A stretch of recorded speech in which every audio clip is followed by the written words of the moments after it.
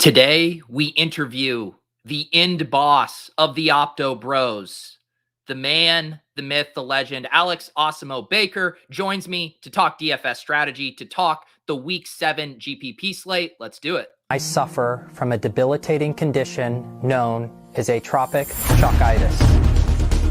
Peter's one of the greatest depositors I've ever seen.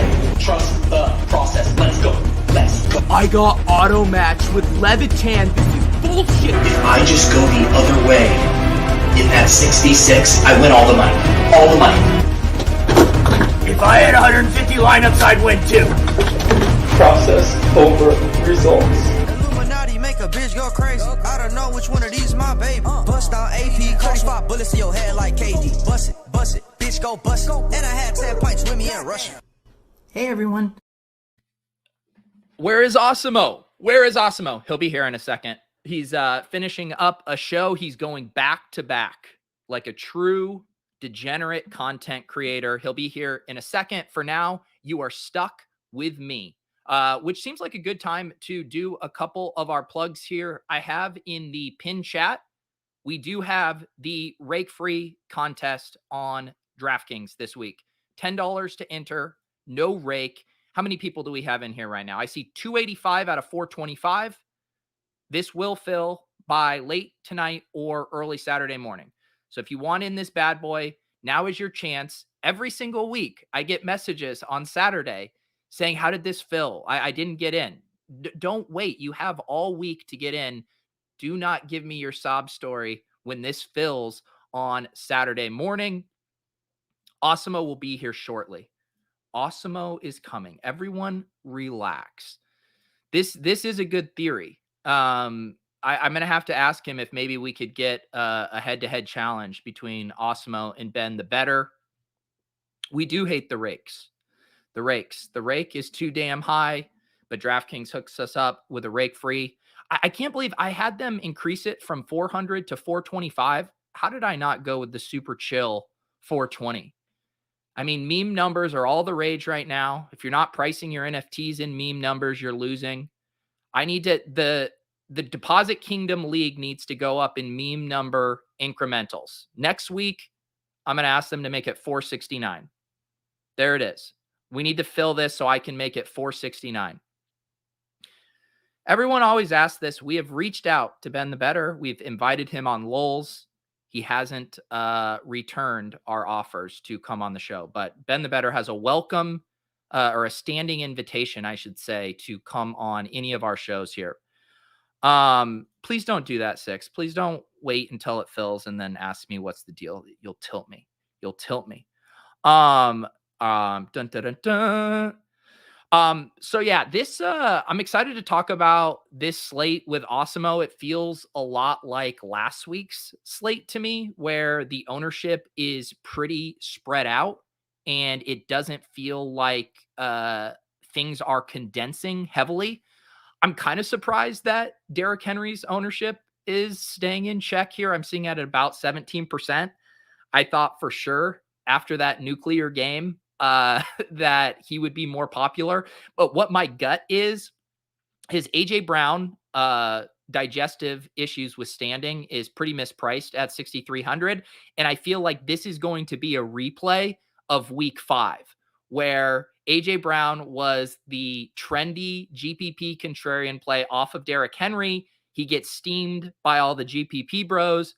And by the time we flip over the cards on Sunday, Derrick Henry and AJ Brown are both about 20% owned in small field and 3 max. That's kind of my gut reaction on it right now. But AJ Brown, I'm seeing at 12%. That's not too bad. He still missed practice yesterday with the food poisoning stuff. This is really messed him up. But you got to assume by Sunday he should be good. But who knows? Maybe that keeps the Chipotle going to keep the steam in check. Can you imagine if we get AJ Brown's ownership in check because he had a bad meal at Chipotle? What an incredible world we live in here. Chipotle keeping AJ Brown's ownership in check. I love it. Dustin says Tanny at 2%. I'm seeing it at about 5%. Yeah, I guess. Julio Jones was back at practice. yesterday in limited fashion, still dealing with that hamstring. I don't hate that idea though. If you're going to do like a Tannehill double stack with what? I don't know, Darrell Williams. Darrell Williams looks like he's going to be popular though. Darrell Williams feels a little bit like a trap to me. At his ownership, I'm seeing about 16%. He wasn't popping in the Sims. I feel like you're paying a pretty big ownership premium on the fact that he had 2 touchdowns last week. I don't know. I think I want Darrell more in the 10% range. I don't love it at that spot. Pete giving the Opto Bros a platform. You hate to see it. I know. I had Brick on last week, and this week I'm having Awesemo on. I mean, these are, pillars of the Opto Bro community. Which hand builders do I need to get on the show to kind of balance things out? Ben the Better, the ultimate hand builder. Yeah, I mean, we have a similar thing playing out at the top end for wide receiver. We have Devontae Adams, Tyreek Hill, and Cooper Kupp, who are all going to be popular. All of those guys are in good spots. And then Calvin Ridley, I think, is going to end up being the kind of chalk play. I assume he's going to be a cash game staple at 6,600. I'm seeing him as the 4th highest ceiling wide receiver on the slate, in his ownership at about 17 or 18%. He's just too good of a points per dollar play to not get popular. I wonder if there are ways, though, that you can use him creatively. Like if you're looking at a Miami double stack, I was looking at the Tua to Jalen Waddle and Gesicki and bringing it back with Ridley. Ridley obviously being the most popular play in that stack. That didn't look too bad to me. What was another stack that was pretty similar? There's a few that I like, just running kind of the optimals. I think the Jalen Hurts stacks, I think, are going to be fairly popular. Hurts to Goddard. And you toss in Devonta Smith, you bring it back with a Josh Jacobs, a Ruggs, or a Waller. That looked good to me. The Lamar Jackson stack, I think, is going to be very popular because Rashad Bateman is one of the best points per dollar plays on the slate. I think people are going to get funneled to a Lamar Jackson, Rashad Bateman, Mark Andrews stack, and then you get to pick which of your Bengals wide receivers you want to bring it back with. I think T. Higgins and Jamar Chase are both going to be decently popular as the bring back, and then Tyler Boyd is probably the one who's going to go a little bit under the radar. And it makes sense. I mean, Tyler Boyd has taken a pretty big volume hit since T. Higgins returned, but I don't mind that from an ownership perspective. Here's Alex to bail me out of my ramblings. How we do it, Alex? What's up, man? It's been way too long since we've done a show here. I know. I couldn't even remember. Did we do one? Did we do one last year? I think we've done some of the on the contraries and stuff. It's always fun having you on those. Yeah, no, and I think I'm booked to do one of those coming up maybe in November, I want to say. Nice. And then of course I always enjoy jumping on walls with you and Brian. So yeah. We were talking about how we need to get one of our, MMA Saturday Night Live hang shows going again here one of these days. That's a good idea. And I mean, there's so much drama in the DFS streets that getting everyone together for a MMA hang, I think it could be fun. Yeah, I feel like drama is at an all-time high. I mean, the last time we even had any drama was probably your head-to-head challenge with Empire Maker, but now, man, we're just rolling in it. There's beefs everywhere. Yeah, I mean, people aren't hesitating to name names, and you love to see it. Yeah. Do you have you been worried about the evil Empire potentially taking down Awesemo? Because I've seen some shots fired. Yeah, I mean, Ben the Better, he's an up-and-coming star in the industry, so absolutely, if you're watching this, go to his site and use all of the information. There you go. And also, you're a married man since we last talked as well. You went on a lovely honeymoon. How is that treating you? It's good, man. I know, like, what you guys are thinking. It's like, how can you like date someone and get married and be a DFS pro at the same time? And it wasn't easy, but It was like the one season where they didn't have NBA late swap, where I met my wife Nina, and then she stuck around even though I was on my phone from 7 to 10 every day, updating NBA lineups, and here we are today. Do you think that's like, you hear stories specifically out of like Japan about how young people aren't going on dates, they're not having sex anymore. Do you think we should work with the DFS sites to have a season, like you said, where we get rid of late swap again and basically get all of the basement virgins out and interacting with people in the world? I feel like this could just be a net positive for everyone. It'd be a net positive for all the DFS players, but it'd be rough for all the other people who don't play DFS because they probably wouldn't be having much luck in the dating scene. That's very true. That's very true. How was did you actually go the whole week on your honeymoon without playing DFS? Yeah, I mean, I was in Mexico, and like you can't play DFS in Mexico, of course. I was about to play some online poker because Poker Stars is legal there, but there are all these like hoops to jump through. So I just did some crossword puzzles and drank a bunch of like margaritas and stuff. Was that the longest you had gone without playing DFS in a long time? It is. I thought for incident during COVID, like there wasn't going to be DFS, but then there was League of Legends, which originated your stream with Brian, of course. But that I think there was a week there. That was probably the longest. It seemed like you were tweeting through it, like you were basically trying to say, "I don't miss DFS. I don't miss DFS," when the implication was that you were going through extreme withdrawals.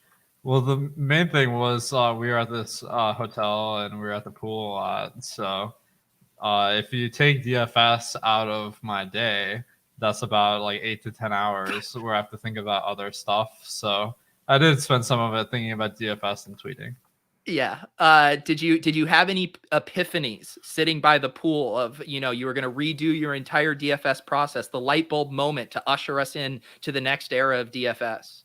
Well, it was nice. It was nice kind of not having to worry about DFS for a week, but I have to say, it just kind of reinvigorated me a little bit.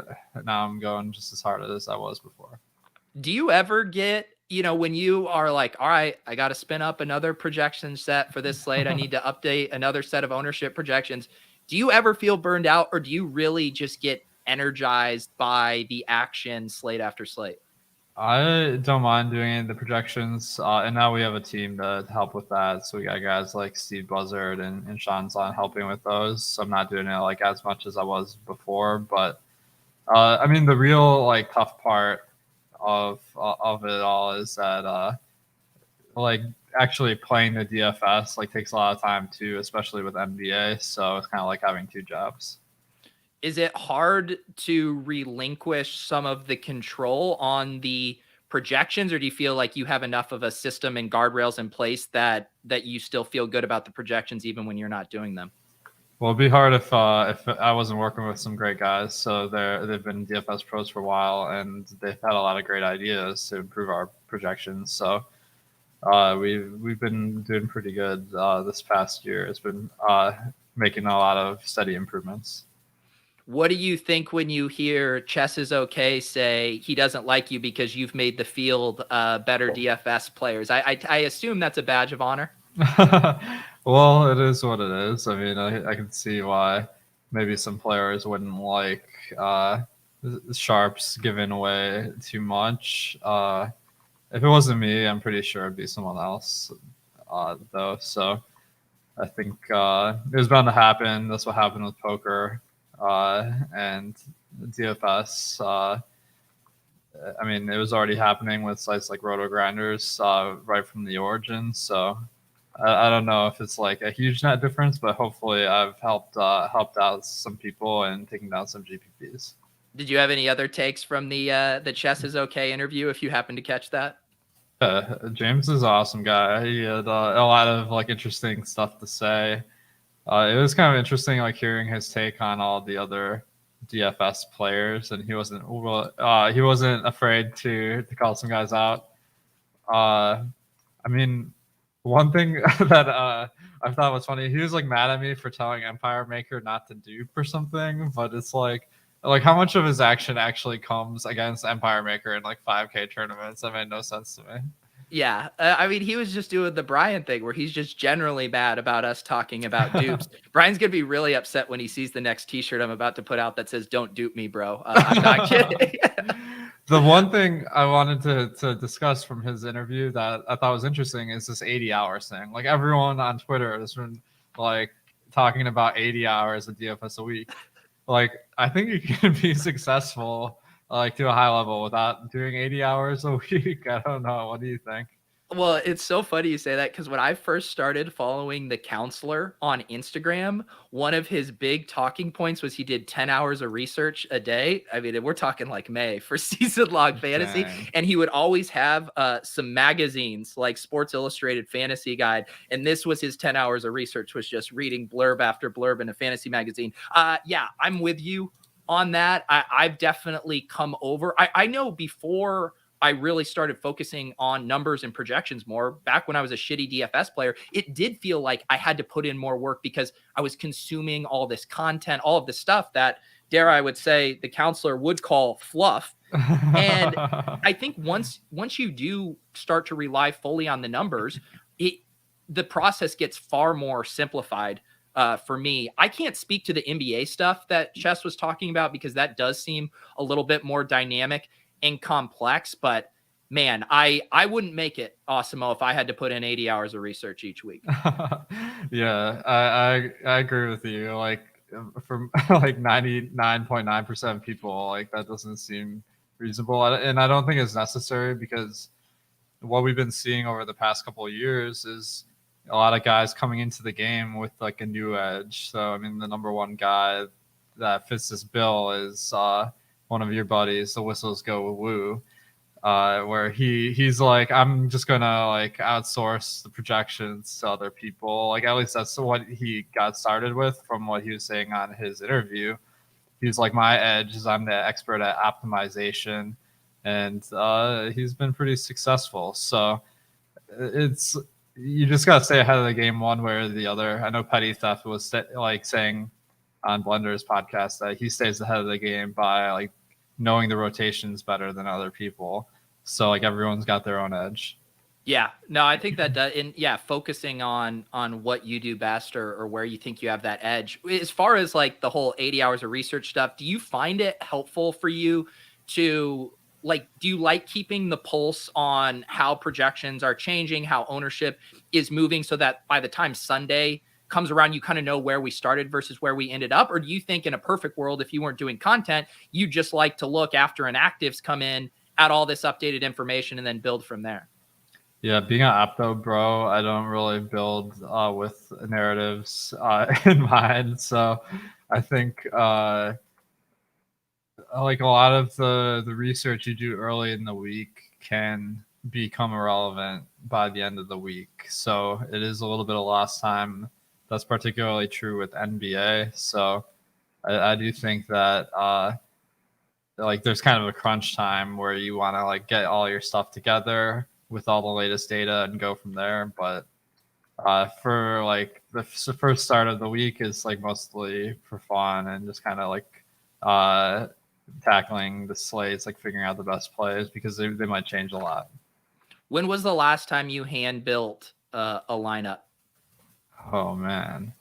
Well, my process, I don't necessarily like, I don't hand build. I mean, I use Fantasy Cruncher and then try to pick out my favorite lineups from there. So that's really that qualitative step for me is like, especially in a limited entry contest, like some of these 4K tournaments on DraftKings where I know the Whistles Go Woo is throwing down like 100K every week trying to do that. I'm like, okay, maybe that's not the best financial decision for me. So I'm like, maybe I'll go in for like 20K, which it still sounds like a lot, but yeah. That's where I kind of look. I'm like, I want to be really confident in those 5 lineups I'm putting in. So like in those smaller tournaments, or if I have a smaller number of entries, I'm definitely like doing a lot more qualitative analysis. Do you think that's still a big edge in those higher buy-in, small field contests that the field isn't catering their lineups enough to the field size? Well, it depends on the sport. I think in NFL, like the main slates, like the best lineups in a large field tournament and a small field tournament can be pretty similar. I think you do a good job of kind of being able to tackle those small fields and really have a insight on like what those particular fields are going to do. So that's how you can gain an edge, because like most of like the ownership projections out there are for larger tournaments. So if you have a good read on what the field is going to do, and like a lot of the Thunderdomes, for instance, they're like 40 people and a lot of them play really chalky. So that's, you can get like an extra edge there. But I think if a lineup is good in a Millie Maker, it's probably good in most tournaments.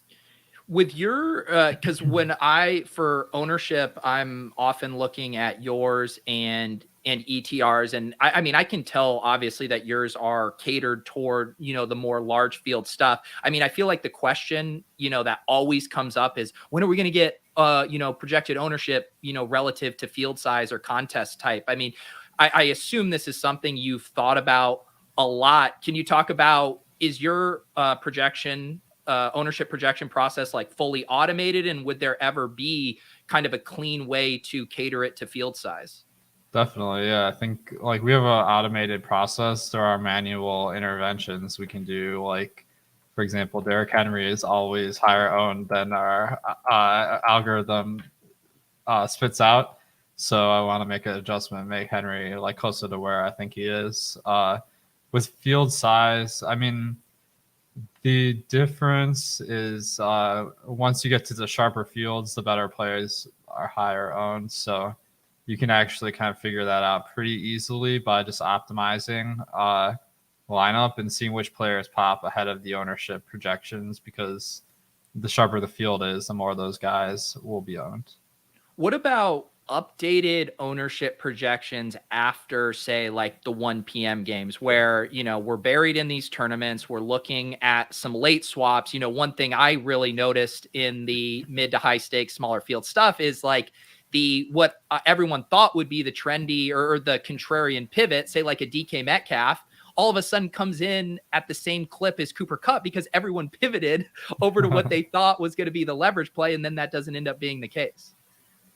I just I feel like in theory, like making all those late swaps is a good idea, but the actual execution, like if your lineup's not doing well by 4 p.m. or 5 p.m., you're just not going to win the tournament. It's not even really worth like spending a ton of energy late swapping at that point. So I guess like if your lineup's like in position to win, then why would you want to late swap either? So I'm a little bit torn on like, I think it's like a cool strategy to like think about, but in practice, I'm not convinced that it's like very practical. How do you do it? Yeah, I mean, I'm playing far less lineups than you are. I normally just have 3 or 4 of my own, and I've generally been building with late swaps in mind. So like heading into last week, I knew if I was behind, I'm going to pivot my Kareem Hunt and Rondale Moore to Chase Edmonds and Odell Beckham. And I feel comfortable with those moves because I've already looked at, all right, I'm not sacrificing too many projected points. I know this is going to be far less owned. And so just kind of having those ready ahead of time. But I'm always fascinated how you opto bros even think about that, because late swapping, I don't know, like if you have 150 Millie Maker teams, I mean, how many of those are going to be dead heading into 4 p.m.? Like, are you just saying, I don't have the time or the energy to late swap these to try to maximize some min cash equity? Or is that something that you do bother with? Yeah, I mean, I guess that would be the question is like, okay, can I give my lineup a better chance to cash? I think it's a worthy pursuit. It's just not something I'm spending a lot of time on. I'm going for those big takedowns, not a min cash. Oh wow, shots fired at the mid cash bros. Is that your biggest goal right now? Would you say in DFS, take down a Millie Maker? Yeah, I think it is. It's kind of like the one chip on my shoulder right now. So I never won a Millie Maker. I don't want to win one of those like 500 person ones either. Like the past couple weeks, it's been like Papa Gates and Chipotle Attic winning those, and I mean, that's pretty cool to win $1 million. But if you're putting in 100K every week, then it doesn't seem as impressive into that tournament. I want to win one of those like large field ones. So that would be the dream. It is a very difficult thing to accomplish, but it seems like they have million makers like twice a day these days. So maybe it'll be a little easier. What do you think? Yeah, I mean the action still seems pretty good. I've been even in the contest I play, I feel like we have more spies this year. A lot more of the single entries. They're been ended up with like 4 or 5 on the week, so it seems like stuff is filling. Are you how many lineups would you say you're building for a regular main slate? I know Brian referenced I think it was last week that you'll sometimes even have 2 sets of 150 lineups. Yeah, I mean, I think my advice has always been like you want to build a lot of lineups and then have some sort of way to figure out which ones are the best. So the more lineups you build, the more you'll have to choose from, and if you have a good process after that, it's gonna only make your lineup stronger overall. So usually for NFL, I'm building like I'll have like 10 crunches on Fantasy Cruncher running simultaneously, and then I'll kind of just export them all and try to figure out which ones I want to enter. So, I mean, I know this is obviously the secret sauce, but when you're reviewing a set of, I don't know, 1,000 lineups or whatever, and you're paring it down to 300 or something, I mean, when I'm looking through lineups, I'm basically just looking at ceiling projection versus, cumulative or product own, and just trying to get a feel for like how many projected points can I get away with sacrificing to have a really unique lineup. Like what are the simple things, like when you have a wall of lineups that you're looking for, what would make one lineup jump out more than another for you when they're all projected fairly similarly? Yeah, I think there's 3 factors I'm looking for: the projection, the ownership, and the correlation. So I've done some videos kind of in the pro videos section of our website that kind of show how to build an Excel worksheet to kind of evaluate these. But the way I like to do it is I'll rank all the lineups from best to worst as like a percentile. So if a lineup is like 90th percentile in projection and like 50th percentile in ownership, like you add those together, you're like 140%, and the average is 100%. So that would be a lineup I'd be pretty interested in. Gotcha. That makes sense. So just kind of coming up with your own score based on a few input factors that you think are meaningful. Exactly. Yeah. And how I do feel like a huge topic of conversation for people is always, and right now, the stuff with correlation. I've been talking about on these Friday shows with guests of how much is that correlation worth? When are you sacrificing, too much, maybe a value or projected play elsewhere just because you're forcing in correlation? I think a topic everyone always asks is, should I be bringing it back? And I've seen, I think I saw a tweet, I forget who it was, saying that they've noticed more and more kind of top pros not forcing, bringbacks. I feel like this week is actually a good example for it. Like I was looking at Tampa Bay stacks, and I'm not too excited about Chicago bringbacks. I'm looking at, Arizona stacks and not too excited about Houston bringbacks. How do you think through those situations of, yes, correlation is valuable, but maybe there's not a play on the other side that makes it worth it? So the reason why I feel like the bring back isn't as good as it's made out to be is just because, okay, you have all these ownerships of players, but if you have Kyler Murray in your lineup, the number of lineups that have Brandon Cooks this week, for instance, like Cooks might be 10% owned, but he'll be like 40% in Kyler Murray lineups. So it's really counteracting the advantage you get from having that correlation. So that's where it gets really tricky. In general, I think it's a good idea if the team you're stacking is a big favorite, to run it back with another player on the opposite team, just hoping that the game's a little bit closer. But if the reverse is true, like if you're stacking Houston up, I wouldn't run it back with Arizona probably, because, well, I guess I should say it would be something that would be an advantage, but I wouldn't go out of my way to do it, because the Arizona players are expensive enough that if they put up the 30 points that Vegas is projecting, Houston will have to keep throwing the ball, and you don't necessarily need an outlier performance from any particular player.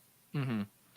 And if you're running a bunch of crunches, are you running some sets where you are seeing, lineups with a bring back, but then running some where you have double stacks and no bring backs? I mean, this is kind of where we get at you see it with Brick's process. One of the reasons it's nice to check the sim results is because theoretically they're factoring in all those things for you and you're not having to wrestle back and forth. But if you're are you using a sim process on your own, or are you just kind of strictly using the optimizer and creating a ton of lineups?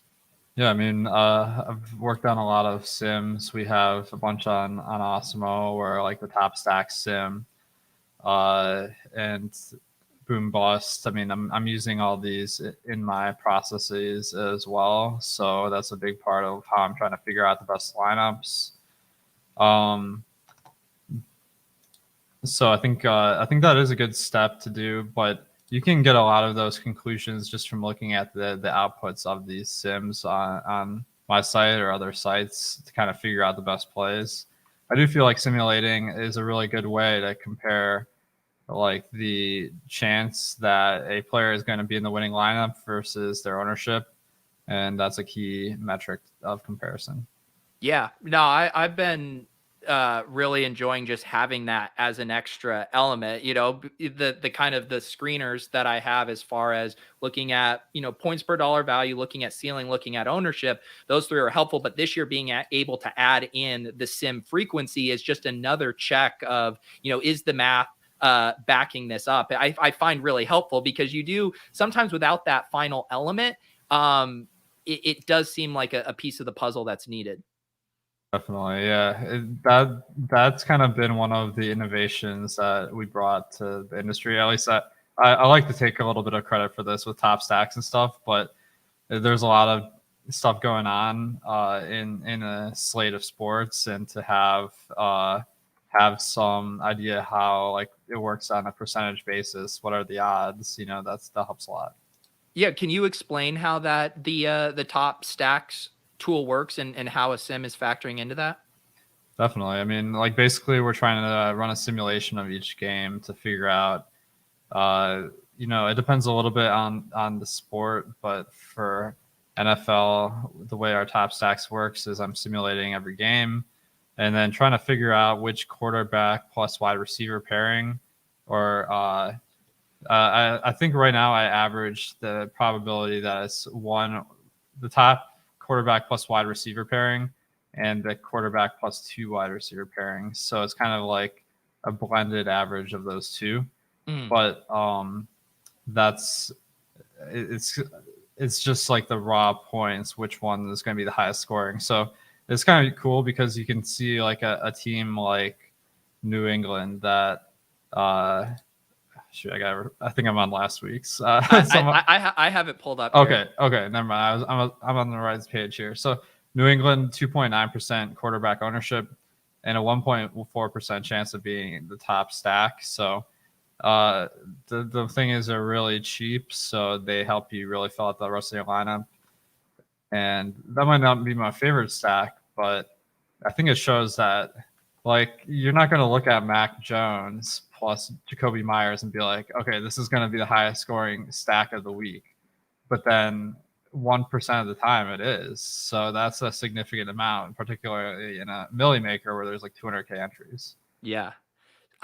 So then I feel like that's it's a good hand builder tool because it's pointing you in the general right direction, and then you can add your finesse in. Like when you see Arizona up there, and I feel like every week now we have these 3 secondary wide receivers, DeAndre Hopkins, of course, not getting a ton of volume. When you see they're popping, how do you then think about breaking ties with Christian Kirk, AJ Green, Rondell Moore? And obviously, if you're making a bunch of lineups, you're sprinkling in multiple combinations of these. But for the hand builders out there, how would you advise them to think through, okay, we know this stack looks good, but which direction do I actually take it in when their projection and ownership, all things are pretty equal? Yeah, I think that stacking up a team like Arizona, where you don't know who the player that's going to be in the winning lineup is actually an advantage, where some people might think it's a disadvantage because you don't know the right combination. But you have to also factor in that each combination of Arizona stacks is a lot lower owned because you do have 4 players that you can realistically target with with Kirk, Moore, Hopkins. There's one other one. Anyway. AJ Green, he's so forgettable. He's actually been balling this year somehow. Like, that's been pretty cool. But I think so because there's 4, like in single stacks, each one is going to be like 1/4 of the Murray ownership on average. So you look at Murray's ownership of 7%, we have projected, and the ownership of that 2-player combo is going to be 1 to 2% on average. Right. Yeah, and I think that's the thing too of, always trying to think like being duped in a lot of these contests is not necessarily a huge concern just because there's so many potential combinations with 9 guys in the lineup, but still kind of illustrating that combination is going to be, fairly under-owned, and that you still might get leverage even if there are parts of that game that are popular. Oh no, what just happened here? What is being duped? I don't know what that means. I'm going to put on my blue blocker glasses to try to, combat how we got Aviator over here. What about like a situation with the Bengals? Because I feel like they were kind of in that Arizona territory where a lot of those 3 guys were kind of bunched up. We now see Chase separating as the ceiling play and more expensive. We see Higgins now really popping as a value play. Tyler Boyd is going to be the odd man out, I think, this week. Is this one of those things where you're happy to take the discount there, or has like the volume and the ceiling changed enough to where, you aren't necessarily considering a Tyler Boyd? So I think this is like, it kind of reminds me of that tweet. Like, okay, Jamar Chase is incredible. T. Higgins is amazing. Tyler Boyd is, where it's just like they don't have anything.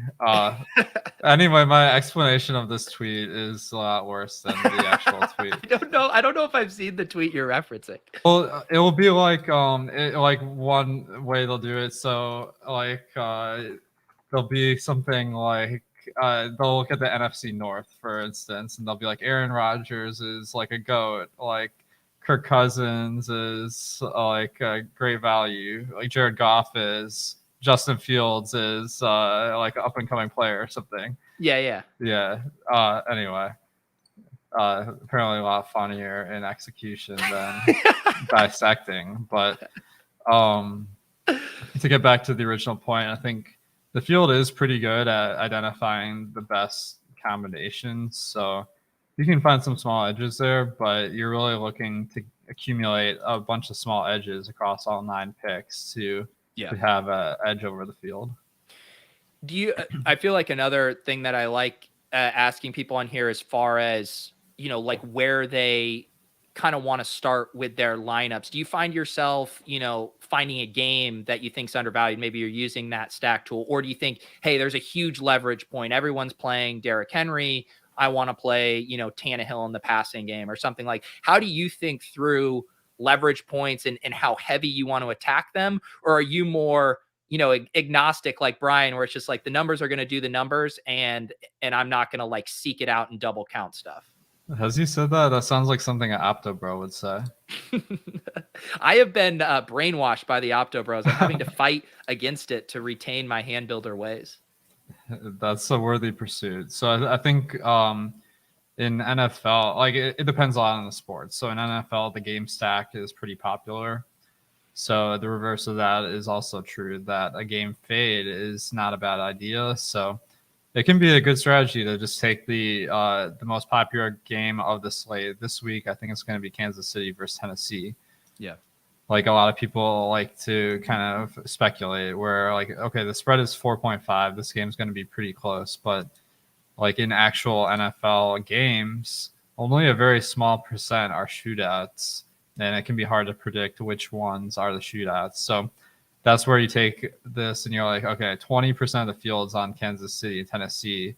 If I go to Atlanta and Miami, maybe those offenses aren't as good. There's not as high a chance they'll shoot out. But in the NFL, you never really can predict that. So you're just kind of playing the field. So that's kind of my approach for this week is I feel like Kansas City, Tennessee is going to be like overwhelmingly chalky. I'm just going to try to mix it up among the other games to figure out the best way to build a lineup. Okay. What about Derrick Henry? He's going to make it hard on us this week. I feel like if he could just be 30% owned at 9,200, we could just be like, all right, have fun. Derrick Henry, hear ye, bros. But instead, I'm seeing him at about 17% right now, which actually makes this a pretty tough decision. You already said that's going to be a great game environment. What are we doing with Derrick Henry? Is he just built different, Alex? Do us opto bros just need to give in to the fact that Derrick Henry is different? Yeah, if Derrick Henry keeps having the weeks he's having, I'm gonna be broke by the end of this year. But I mean, I think like it's easy this week because he's gonna be really high owned based on his recent performances. There aren't a lot of stud players on this slate to pivot to. Yeah. So I think each of the top three, probably Henry, Adams, and Kupp, are going to be pretty high owned. So it's not as simple as like, okay, Henry is 30% owned and Kamara is 10%. So you make a swap 1 versus 1. But I do feel like the ownership on Henry is going to be high enough that you just play the field on that one. Yeah. Yeah.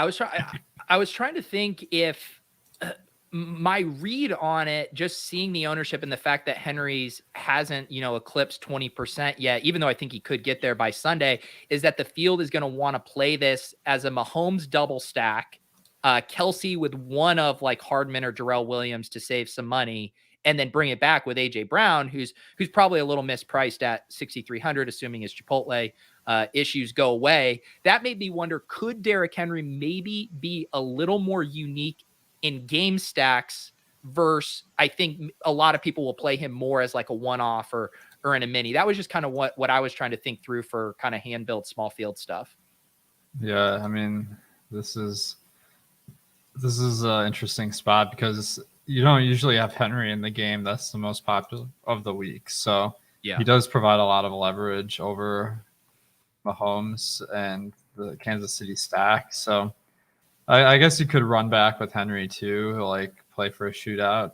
That's probably not going to be what I'm going to do because I do feel like a lot of people are going to play this game to be high scoring and a shootout. So just hoping it breaks a different way, I think is worthwhile. But I think I was just saying on our last show that I got to go back and update the ownership again because I feel like Henry is going to be higher owned than 20%.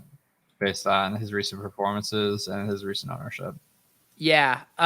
You're not too far off. I mean, ETR had him at 16%. I updated stuff. You guys had him at like 17.4. So it does seem like relatively in check I think that could be about right for large field stuff. I think in small field, he'll get up to like 20 to 25%. That's funny because my lean would be he's highest on in the small field or large field tournaments than the small field because I feel like he's kind of like the anti-sharp play where I feel like there's a lot of NFL fans right now that are looking at the NFL based on the past season and a half and be like, Derrick Henry is the greatest fantasy player in the NFL. Like, no joke. Yeah. Like, he has been. Yeah. But we know that the way he produces points is it's not sustainable, like, in the way that has been happening. So just buying the dip, or wait, no, that's the opposite of what this is. Buying the top?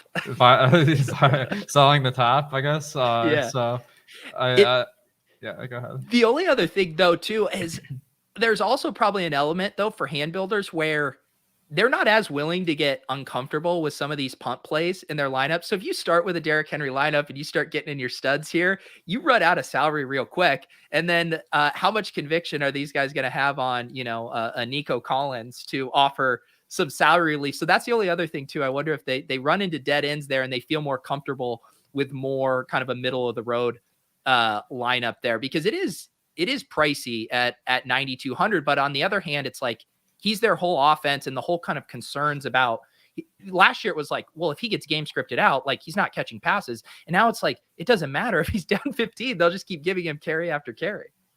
Yeah. I mean, like that's what they've been doing. So it's hard to argue with it. I think a lot of the ownership in this game may spill over to some of the cheaper players like Mecole Hardman. He was really high owned the last time Kansas City played.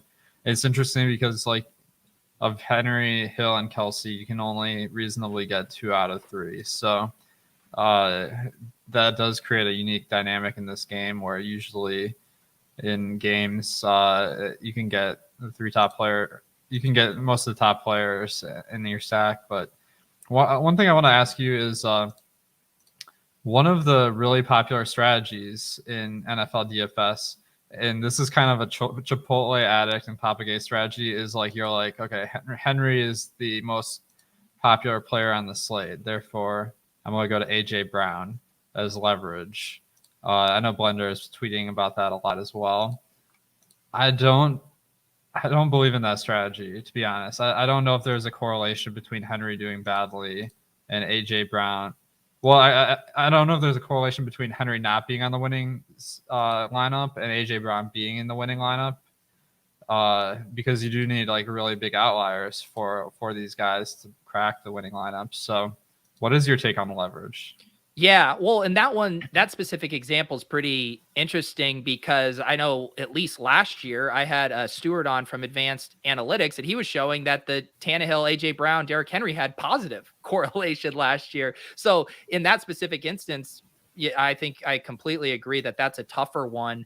I like that idea.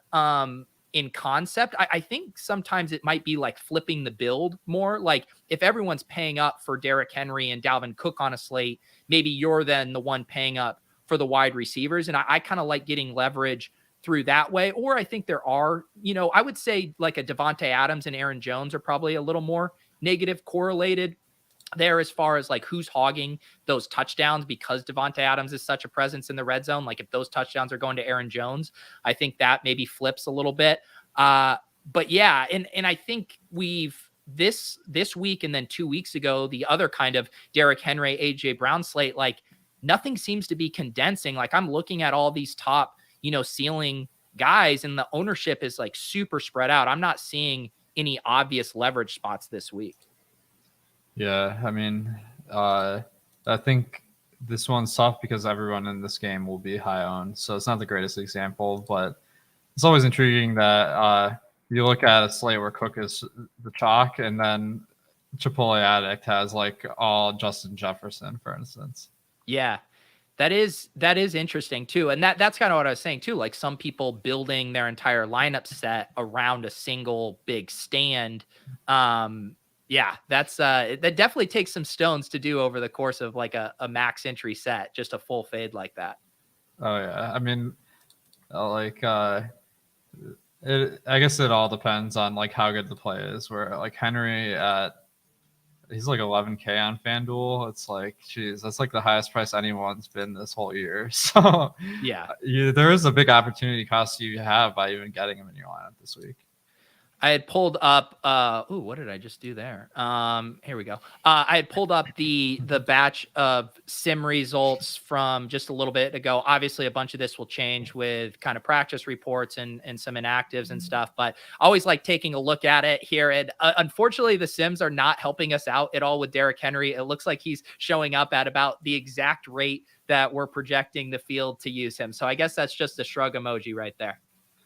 Yeah, I mean, that's pretty interesting. I do feel like Henry will be over 20%, so I got to go back and update our ownership. But I also think based on my sims or our sims that this one might be a more controversial result because there's pretty big disagreement between our model and this model where we have them at 11% chance of being in the optimal lineup. Gotcha. There we go.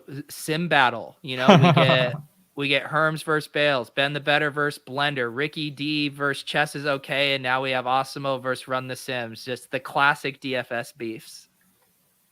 Yeah, let's do some sims. That's right, sim battle.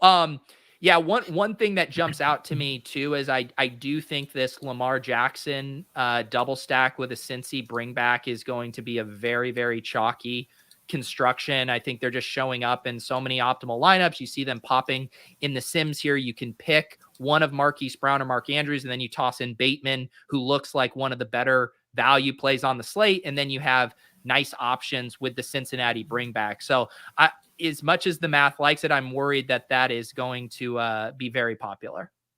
Yeah, I think that's a good example of, okay, Cincinnati might not be very popular this week, but in a Lamar Jackson lineup, they will be. Yeah. That makes a ton of sense. And what is your take on, I feel like outside of week 1, where we had all those rookie wide receivers who were pretty mispriced and we had a bunch of options down there sub 4,000. I mean, this stretch has been brutal for value wide receivers. And maybe that's just, we tip our caps to DraftKings for how efficient their pricing is. But every week it's like, okay, yeah, we have like Van Jefferson and Rashad Bateman are like the only guys I can even see as like decent points per dollar plays under 4,000 right now. How are you handling that? Because we're not getting a lot of studs and dud type of opportunities this year. Yeah. And yeah, DraftKings pricing has been tough this year. And like, you look at guys like DeAndre Hopkins, who hasn't really produced at a high level, and he's still like 7.7K. So a lot of the guys that used to be really good are still high priced, even though they haven't been producing. So it is, ever since they raised the floor on running back prices too, it's like harder to have a lineup that just is like an outlier in projected points, but it's an even playing field for everyone. So I do think you're right that certain cheap guys that like Rashad Bateman that the general public is familiar with will be pretty high owned. I was talking with Leone and Gretchen and Pat Crate, and we were tilting the Rashad Bateman ownership because, like, I feel like in previous years, you know, the public would not be on Rashad Bateman. They wouldn't be looking at the points per dollar. They'd say it's a rookie coming off an injury in a run first offense. But now it's just like everyone's on top of it. Like, you're not sneaking Rashad Bateman past anyone in 2021. Yeah, I mean, that's the world we're living in, where like the good plays are high owned. I mean, look at Ricky Seals-Jones last week. There was nothing about his box scores that showed that he should be 20%, but he got up there. So people are going a step further these days beyond just the results, looking at the playing time and all that. So I do feel like guys like Bateman get some steam. Yeah. Yep. No, nothing sneaky there, unfortunately. Figure we can maybe just look at some optimal lineups right now, and then we can build a lineup as well. Unsurprisingly here, seeing a lot of AJ Brown in lineups, a lot of Darrell Henderson. We're seeing that Baltimore stack we mentioned. I think Calvin Ridley is mispriced. A lot of this stuff looking pretty good to me, or at least making intuitive sense. I would say Chuba is one that stands out here as a guy that might not get rostered at the clip he's appearing here. What are your takes before we build a lineup on running back? Because we really kind of just touched on Henry. I think Henderson and Miles Sanders definitely jump out as kind of value plays. How are you feeling about the running backs on this slate? Yeah, this one, I feel like there's some pieces to drop still. So we'll see who ends up being active and inactive. One that I'm looking at is Chicago, where Khalil Herbert, I guess he got priced up this week, so not a great example, but right now it seems like there's a lot of good but not great options. Some that maybe buy low are Myles Gaskin, I guess. Yeah. I'm pretty high on Miami this week for GPPs because I feel like no one's on this Atlanta-Miami game, and it's two really pass first teams. So I think that one's pretty interesting, and Gaskin catches a lot of passes. Besides that, there's not anyone standing out to me, so I think I might try to just get an edge at other positions. Yeah, I feel like this is, again, because the top end at running back has been, wiped out either with Christian McCaffrey's injury, or this week, of course, we have Dalvin Cook on bye.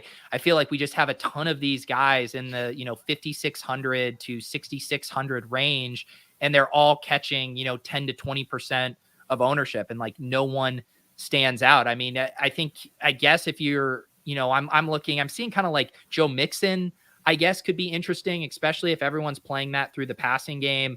Damian Harris looks vaguely interesting to me. I mean, what do we do with Cordell Patterson? He's at 6,300. I mean, is he playable at this price tag? Yeah, that's the question. I feel like I might be kicking myself over at the end of the week because I feel like he's not playable. Yeah. But it feels like this isn't quite Derrick Henry level, but I feel like the playing time just isn't matching the price tag here. So I think he's been phenomenal, but I don't know. What do you think?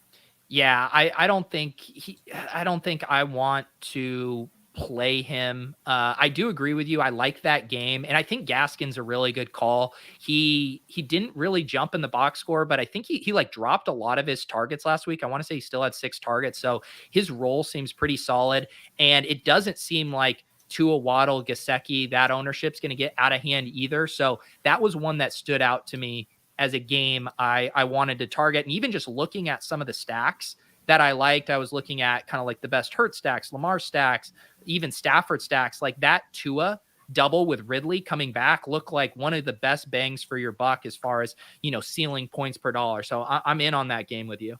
Dang, I thought everyone else was not going to like this one, so maybe I have to reevaluate. No, you don't have to worry about me moving the market unless I'm moving the market in the Deposit Kingdom GPP, which does happen. We could get ownership steaming in here. I say we build a lineup over here. Let me refresh and see how many spots are still available. I have the link pinned, I should say, in the chat. Alex, you are not allowed to enter this. No, you can. We'll allow you to get in. We have a little over 100 spots left, so hop into the rake free contest with us. Alex, I say we do this. We can still do a Miami stack unless you want to just try to keep it under the radar a little bit because people will dupe this lineup. So we have to plan accordingly. No, I like the Miami stack. All right. So it is your turn. Start us off with a stack, a player that you like here. Maybe you just put in Derrick Henry and AJ Brown to just fully own the libs. What do you want to do? Well, if we already picked out our stack, maybe we decide the receivers that we want to get with Tua. I don't know. So is anyone who else would be in play for you outside of Gesicki and Waddle? So the one I'm looking at is Devontae Parker.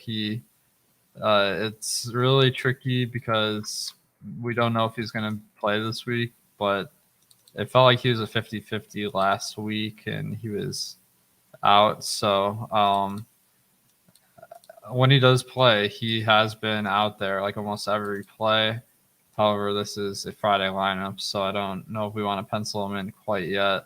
So then Gesicki and Waddle would be the options by elimination. Yeah, and to play through those various scenarios, if Parker is good to go, would that make you more inclined to run the double with Parker and Gesicki, assuming, hey, Waddle's projection probably takes a little bit of a hit if Parker's back in the lineup, whereas obviously Waddle projects pretty well without Parker? Yeah, I think it's not going to move the projection a ton, but it does look like Waddle is popular compared to how good a play is at 59. Oh, I'm on FanDuel. My bad. I'm like 5,900 for Waddle. Damn, that's a lot. But okay, so I'm looking at DraftKings now. He's 5,600 on DraftKings. Okay, so a fine play. It looks like. Okay, with Gesicki 8% ownership, that does look solid as well. I guess Gesicki and Waddle I'd pencil in now, and then. What I'd actually do probably is if Parker is out, then I'd go with Mac Hollins potentially. If he's in, I'm just going to play Parker. Gotcha. That makes sense. And then how would we mentioned both kind of being intrigued by Gaskin. He obviously doesn't make sense for this specific lineup. Would you be using kind of Gaskin more as a one-off of like, hey, what if this pass game fails and it's more through the running game? Or do you ever, consider, using a pass catching back like Gaskin in the stack? I'm definitely considering Gaskin in a stack, and the reason why is about 60% of his projection is coming from receiving stats, not rushing stats, where Brown and Ahmed play a decent amount. So he's one of those running backs that I feel like a lot of the salary is going towards the receiving production, so it makes more sense to stack him. Yeah. Yeah, and we've seen, lineups like that this year. We've seen the Herbert, Austin Eckler lineups, the Brady, Leonard Fournette lineups, and I do think Gaskin kind of falls in that territory and is cheap enough where that can get the job done. Mahomes, Darrell Williams last week as well. What do we want to do with the bring back? I mean, Ridley is definitely mispriced. Are we unique enough with this stack that we can eat the Ridley chalk, or are we we can't even really go to Pitts because we probably don't want to run a double tight end lineup. It seems like it's Ridley or Patterson, and we already said we didn't want to do that. Yeah, I think Ridley is a good option. It's going to be pretty high on in this particular stack, but he's one of those guys where I feel like he hasn't really produced very well this year so far, only averaging 14.6% or 14.6 points per game, but he's been getting a ton of targets. So I guess we can hope that his ownership's not as high as we have him. Yeah, I mean, I think the biggest thing Ridley will have going for him ownership wise is just if AJ Brown gets steamed and everyone's kind of saving that 300, going down to him, preferring that game. So if he can stay, under, 20%, I'd feel pretty good about him in a stack just because he is pretty mispriced for his role at 6,600. Awesome. All right, so we have our stack. Let's now let you pick which direction we're going from here. We already mentioned not a lot jumping out at running back. What's the move here? Okay, so I guess we should start looking at running back. I'm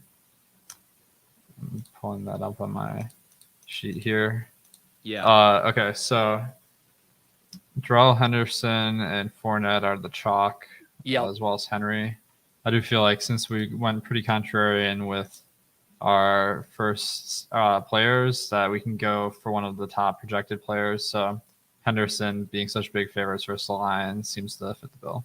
Yeah, I think Henderson is definitely the just best running back play on the slate. Just when you factor everything in, the ownership is going to come with it. But like you said, because we don't have a ton of great options separating, I think it's definitely good to or okay to eat some of that chalk here. How do you think about, mini correlations? I have definitely at times been over reliant on them. I put Henderson in my lineup, and a lot of times I'm immediately thinking, all right, should I be tossing in a Detroit player to come back here? How do you think about Henderson in this case? I assume good to have as a one-off. Would you want to stack him with the Rams defense, although they're very pricey? How do you think about that? Yeah, so I think it really depends on a case-by-case basis. So in this case, obviously, if we're picking Henderson, we're hoping the Rams win by a decent margin. So I don't see any reason why we'd want to force a Detroit guy in. I don't think any of them are great plays this week either. So nothing about Detroit inherently is something I want to get on. But I guess you could stack the Rams defense, but that would be more like we get down to defense and we have a certain amount left. So yeah, I'm going to do a boring pick and do defense because I want to get your skill position takes. I'm going to go ahead. I'm going to pay up a little bit here. We can always move this down if we need to save money elsewhere. I'm going to put in the Packers defense. I think they look pretty good to me as far as not going to catch a ton of ownership. I think the Cardinals are going to be super popular at 3,100. I think the Giants are going to be fairly popular, and then the Patriots as well at 3,400. So I think the Packers have some nice cover there. That leaves us 5,900 for running back, wide receiver, flex. Can definitely work with that. Yeah, definitely. I'm kind of going down the list here of maybe guys that are going overlooked. One possibly is Damian Harris, matched up with the Jets this week. It's pretty easy to envision them having the chance to run the ball a lot. So Damian Harris could be a low-owned player. Yeah, I like that call a good bit. Did someone say, did Antonio Brown get ruled out when we were on the show? Did you see that? Did I see that in the chat, or am I making that up? I haven't seen anything yet. Oh, yeah, you're right. Antonio Brown and Gronk are out. Yeah. Okay. Yeah. Because before I was like, Antonio Brown is going to be decently popular. Mike Evans was looking pretty good to me, but now I wonder if the cat is out of the bag here with Mike Evans and Chris Godwin. I don't know if I want to mess around with that, if they're going to get steamed. Let's see who's jumping out to me otherwise. Let's do his ownership is projected pretty low right now. He was looking very nice in the Sims there. And let's go ahead and put Marquise Brown in here. Gives us a nice ceiling, gives us some exposure to that game. And if he's going to be the least popular of the Andrews Bateman trio, I like Brown here. Awesome. Let's do it. And then that leaves us 6,200 for a flex spot. I can scroll down here and see what kind of range that is putting us in. Pretty good range, actually. You could play a mini correlation with Jamar Chase. Josh Jacobs looked pretty good if we want to go 3 running backs. Same with Hubbard. Lots of options here. Even Godwin. This is actually a pretty good range. It is, yeah. This one is tough because we have so many options that no one's really sticking out a ton. I guess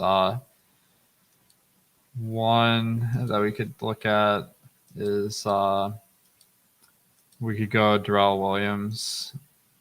We might have to spend some money elsewhere, but if we play that Kansas City runs the ball a lot, maybe that means that a lot of the chalk busts that week. So that's kind of an interesting idea. Yeah, that does actually seem like a leverage spot there. My only concern about Jerrell Williams, if he is fairly popular, I'm seeing him at about like 15 or 16% ownership. So I wonder if he ends up being more popular with people tossing him into to Mahomes stacks. And then how do you normally feel? Do you find yourself having more or less 3 running back versus 3 wide receiver lineups this year?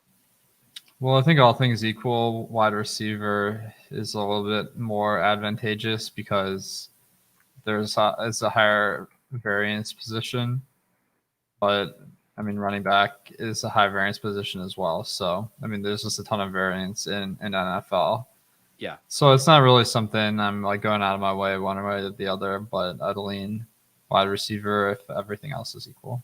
I was about to lose my GPP bro card if I don't swap Henderson and Darrell Williams and get the later guy at our flex position. We shame people for that on our Monday morning lineup review, so we have to stay strong there with that. And then it does actually set you up here because we do have Henderson in the late. This is actually another one of those really easy spots as far as knowing whether you need to pivot. You let this stack go. Tua and the crew are crushing it. You can let Henderson ride. If you're buried, we can take Henderson out and we can think about who would be going late here. That would be an option. Josh Jacobs, I think, would probably be a good one. You could go to Waller here. You could go to Evans. You could go to Robert Woods, Jacobs. So those are the kind of moves I like doing. And we talked about this with Hunt last week. It's like, even if you think Henderson is overowned, just give yourself the outs to play him, knowing that there's pretty decent late swaps if he's in your flex. Yeah, I think that's definitely true, but who has time for that? Who has time? How rich, Awesemo? Us peasants still have to worry about late swap to just milk out whatever EV is left. Yeah, what is this, a head-to-head? Yeah, dude. Head-to-head GPP. That's what we do. Thank you for coming on the show today. You guys are, as always, killing it over at Awesemo, cranking out the streams, the content, the projections. Love that stacks tool. Love seeing what you guys are always cooking up for ownership projections. Anything else you would like to plug here while you have just this massive platform on my YouTube channel? No, I mean, just thanks everyone for checking out our show here. Hopefully we can do some more soon. Yeah, for sure. We'll get you back on Lulz. Generally you do have to win a Millie Maker to come on Lulz. So when you got to win that Millie Maker and then you can slide right in. All right. Well, I think I got a good lineup going. It might be very similar to the one that we just built here. There you go. We're going to have to toss a few variations of that into the Millie Maker lineup. If you guys want to check out what's going on at Run the Sims, you can use promo code Pete for 10% off. See what's popping there. I will be back on Sunday morning at 10:30 a.m. for my GPP show. We'll check in on all the latest injury news, all the updated ownership projections. I will be back here in less than 90 minutes with Spags. We're having Ben Gretsch on. We'll go through our hot take picks for the Week 7 slate. And don't forget to enter the Deposit Kingdom Rake Free Tournament. Alex is allowed to be in there technically, but I don't think he has the time for that. Similar to Late Swap, he doesn't have time for our single entry rake free tournaments. But again, thank you to Awesemo. We will catch you guys later. Good luck in Week 7.